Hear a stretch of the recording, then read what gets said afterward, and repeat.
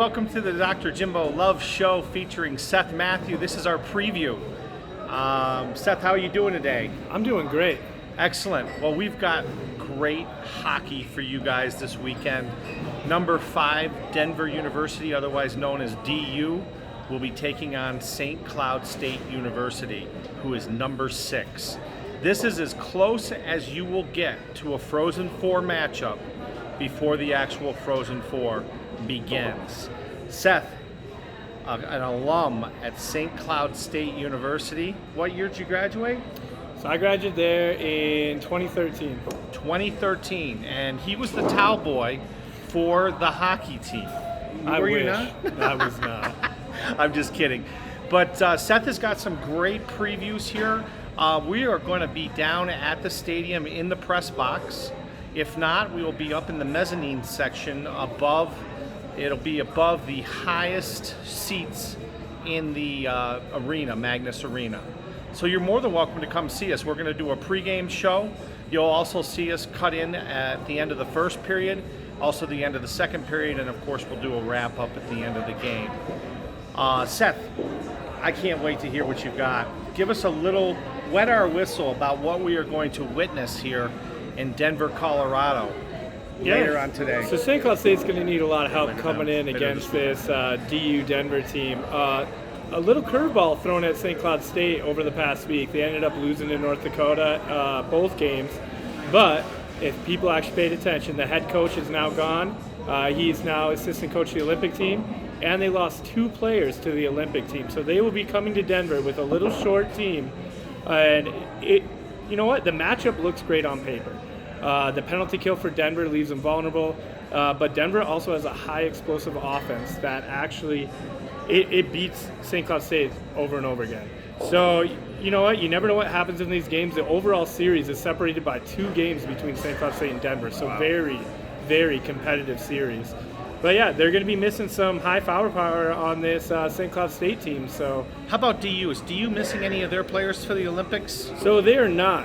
They're a younger team for the most part, but they're going to be running on full cylinders. They just swept Miami, which St. Cloud State did handily, but then they also swept Colorado College without giving up a goal. They won 4-0 and 5-0. So you're going 2 straight games without giving up a goal coming into a home series against St. Cloud State. Wow. I'll tell you what, I was down in the on campus. I was walking around Magnus Arena on Monday. Had a chance to meet with the sports information director. And I'm telling you, there is a buzz on campus. And, DU has such an amazing hockey legacy.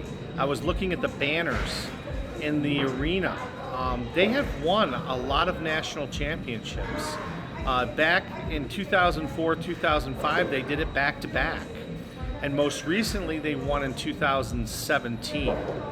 So how about St. Cloud State? Have they won any national championships? So St. Cloud State is a little bit newer team than Denver was, but they didn't break into the actual college tournament until the 90s. They've made a couple runs since then, but they've kind of been cursed. Every time, didn't matter if they were the 1 seed, didn't matter what seed they were, they usually get kicked out at the beginning of the tournament. Now what changed was last year, St. Cloud State did make it to the championship, farthest they've ever made in the tournament, and they came up just short. Oh boy, so they were in the Frozen Four last year and they made it to the finals. Yep, they ended up, it was a heartbreaking loss, so they ended up beating Mankato, which is also in Minnesota, in a hard-fought game, but they lost their leading scorer to a broken leg. So oh my goodness. They ended up a little shorthand. You know, injuries are everything. We look at our Avalanche here. They have probably one of the most talented teams in the NHL. But you know what? That injury bug comes at the most inconvenient times. It does. And that's what kind of bit Avalanche over the last couple of years. So we'll see what happens this year. Well, great. And we want to just stress to all hockey fans out there that Brothers Bar and Grill at the Shops of Northfield, where we're broadcasting live today, where we'll broadcast tomorrow or Saturday from 11 until 1, is going to be the hockey, definitely college hockey, headquarters until the end of the Frozen Four. After that, we're going to turn it into an NHL Colorado Avalanche place. You know, you hockey guys out there have nowhere to go. Seth, tell them a little bit about the TV package that you have with Brothers and how you can stream almost every single hockey game. Yeah, so like everything, you can always stream games, but we have internet capabilities that even though you can't see the games, we can put them on. With the NHL, we get all of them, unless the NHL decides to black it out because of certain restrictions. The other day, we were watching the New York Islanders versus the Philadelphia Flyers. Not a game that you would typically watch at home, but you know what? We have it on our TV, so you get all the hockey action whenever you want. That's awesome. And he has ESPN Plus, which for those of you on the East Coast that watch ECAC hockey, namely Cornell University, they have an exclusive deal with ESPN Plus where all Ivy League hockey games are going to be broadcast, and Seth has availability to show it. So if you're a Yale alumni, if you're a Brown alumni, Dartmouth, maybe you're Union College. The reason I brought up Union College is because the Colorado College head coach was a goalie for Union College back in the day. He also was an assistant coach for Cornell. We're going to see if we can get down to Colorado Springs to get an exclusive one-on-one interview with this gentleman. And we want to invite people to come here. We're going to have a watch party here. Yeah. We haven't announced when it is, but just stay tuned. We'll let you know. We're going to contact all of the alumni directors from DU, from CC College, which of course is Colorado College, Air Force. We may talk to anybody who else has a hockey program in the Rocky Mountain region. We're going to invite them. And we'll come down and we'll figure out which games we can stream. And as long as Seth is okay with it, you know, we'll have it here in the mezzanine. Yeah. And just have some fun. Well, and some things for people too. If you're struggling with ESPN Plus, like let's say you don't have the most up-to-date TV, Hulu also has a deal with ESPN Plus. Oh, they do. So you can stream. So ESPN Plus is actually them, Hulu, and I want to say Disney are all one big conglomerate now. Okay. So if you have Hulu, that's where I saw the Cornell game for the first time this year. So as long as you have a smart TV, yep, you should be able to get in. Okay, good, because I've got a Roku TV and I'm going to play around with it tonight and see what I can get. Yeah.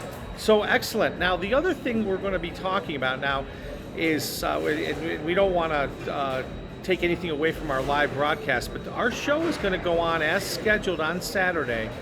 And the first part of our show, we've been breaking it up into two parts. It's going to talk a little bit about Becky Hammond. Mm-hmm. Becky Hammond was a CSU, or is a CSU graduate. She went out and played in the WNBA. Yep. She played on a couple Olympic teams. And she was an assistant coach in the NBA for the San Antonio Spurs. And what I think is the best active college NBA basketball coach, Greg Popovich. Yeah, and he had nothing but good things to say about her. Once she got the job in the WNBA, he was the first one that I saw go out and said she deserves it. She is a great coach. So she's switching to the WNBA officially. Yep.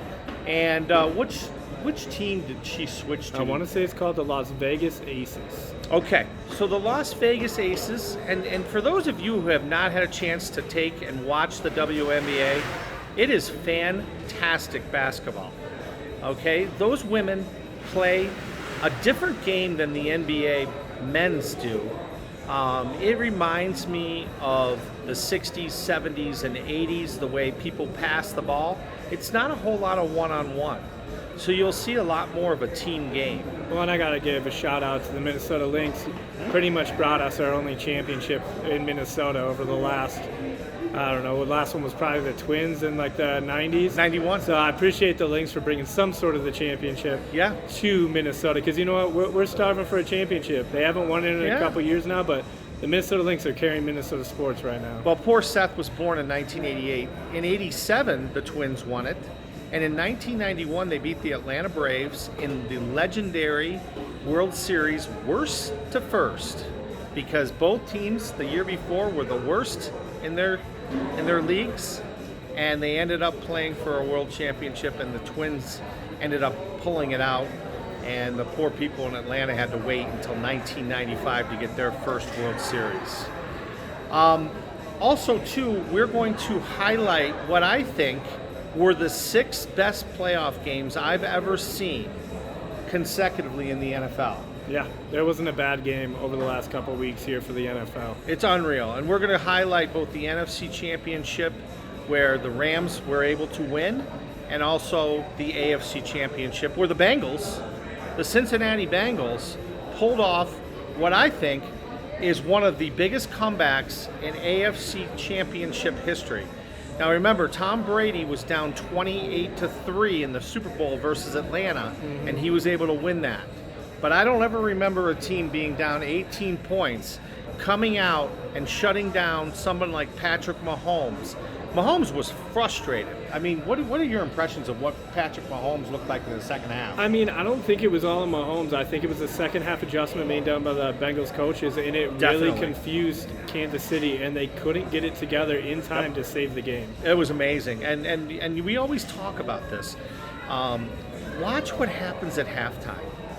Halftime is when all of the adjustments are made, and that's where true coaching comes out. Now, you want to be prepared as a coach, but if you can be a coach that can change things at halftime, that is, I believe, the truest form of great coaching. Mm-hmm. And I still bring that up in the Stanley Cup playoffs last year for the Colorado Avalanche. They got out-coached. I love the coach that the Avalanche have, but the Vegas Knights lost the first game. Second game, they held in there, and they actually kind of dominated play. But all of a sudden, the Avs, the rest of the series, are doubled up in shots every single night, and the Avs could not figure out an adjustment to handle Vegas. Wow. Well, we're going to have all your hockey coverage here at Brothers Bar and Grill at the shops at Northfield. Please come out. If you see us at the Magnus Arena for the DU St. Cloud State game, come over and say hello to us. Introduce yourself. Heck, we may even put you on the radio, who knows, or on our podcast. Now, we're streaming on all apparatuses now. So you can look for us in Facebook, Twitter, Instagram, all over Spotify. We're on the Anchor, which I can upload us to the Apple Podcast, and we'll find some other places to put us. You never know. Maybe you'll catch us on one of the local TV stations. You know, we're up and coming. You never know if they want to do an exclusive on us. We're here for them if they do. Yeah. Woody Page, we would love to have you on our show. Mark Schlereth, love to have you. Some other people we'd love to get on there would be George Carl, Mike Shanahan, John Elway, maybe some people that are currently involved with the Broncos. We will definitely have the Colorado College coach, and we will do an exclusive with him. He's known pretty well by my friends back at Cornell University. So we're going to get some pretty cool guests coming on. So pay attention, stay tuned. Seth, what else did you want to add about the broadcast? Yeah, just come on down. Pretty open area up here if you guys want to sit, hang out, and just make sure that if you do watch the show, write in anything you want us to cover. We're very flexible with coverage. We have our little planning meetings, but you know what? If there's something that we're missing or somebody that we may have missed that you want us to highlight, let us know. We'll definitely take your input. Absolutely. Now, we also want to tell you that the Olympics start today. We're going to start our exclusive coverage on Saturday. The second part of our show, we're going to highlight a lot of the, probably what you wouldn't think are the most mainstream events. We're going to focus on the women of the Winter Olympics. Okay, Michaela Schifrin, a whole bunch of them we're going to talk about. Curling, give us a little update on the curling that you saw. Yeah, so I watched the qualifiers for curling. It was up in Evelyn, Minnesota, and then I believe the last round was in Nebraska before the Olympics. But you know what? USA's got a real shot. Men's curling is going to be very interesting. Great Britain kind of has a hold on that one.